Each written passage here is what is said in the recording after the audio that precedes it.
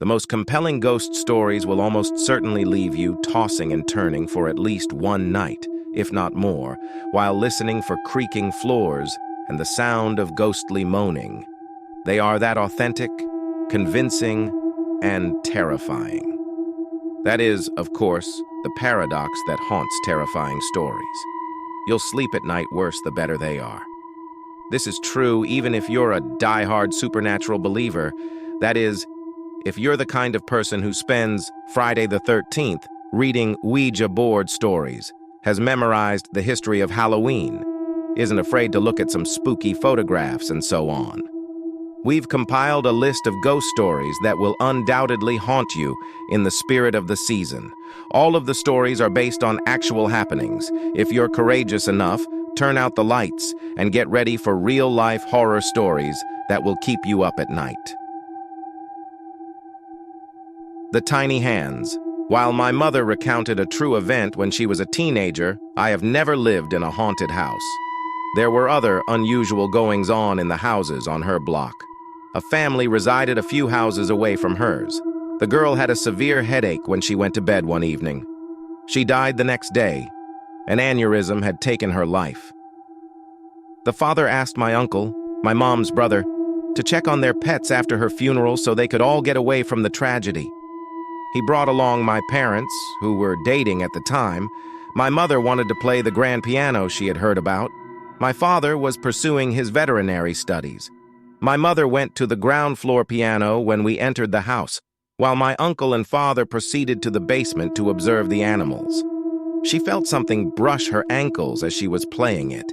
She reasoned that a cat had to have come out of the cellar and passed her. She did not stop playing. She felt it again after that. She peered beneath the piano but found nothing. She felt hands tightly grab her legs as she began again. After calling my father and uncle, she hurried to the basement entrance and waited for them. Once outside, my uncle noticed that my mother was agitated and inquired about the situation. He turned white as she told him what had transpired. He informed her that the deceased daughter and her father had once engaged in a game. She would slink under him, grip his ankles, and wiggle his feet on the piano pedals while he was playing. The patient phantom. A number of EMTs had stories about the haunted ambulance, Rig 12, that belonged to the ambulance company I used to work for, but I never really believed in paranormal stuff. That is, until I encountered Rig 12 personally. It was 3 in the morning, dead calm and utterly dark, where my partner and I were working in a rural hamlet. I was driving, and she was in the passenger seat when we fell asleep. When I woke up, I thought my partner was speaking, but my voice was muted. I told her I was attempting to fall asleep, then I shut my eyes. "Oh my God, am I dying?" was said in a clear male voice, and then there were a few moments of labored breathing. It seemed like the voice had come from the patient compartment, so my partner and I sat up straight and glanced back. After a brief period of silence, we heard the hiss of what sounded like an oxygen bottle leaking and the click of an oxygen bottle regulator. We ran out of rig when I turned on the lights. We unlocked the back doors because I believed a vagrant might have gotten in while we were sleeping. There was nobody present. None of the oxygen bottles were opened when I checked them. After that, we didn't get much sleep. The mischievous spirit. In their true ghost story, my neighbor Diane and I experienced a playful poltergeist for years.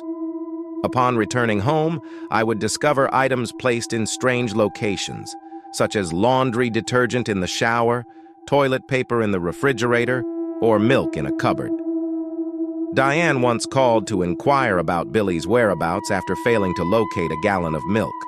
At last, we discovered it outdoors on her back steps. Moreover, sugar, poor sugar. My sugar bowl was empty every morning. "Go see Diane," was my exhortation after I'd had enough. I would indicate to Diane's house. She would give me a call in 5 minutes. "Many thanks," she would say. He had gone and misbehaved at her house. Throughout the 2 years we were there, this kept happening.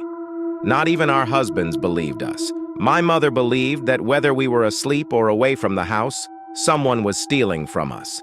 My sister thought something was wrong, but she was unsure of what. I'm still unable to express anything.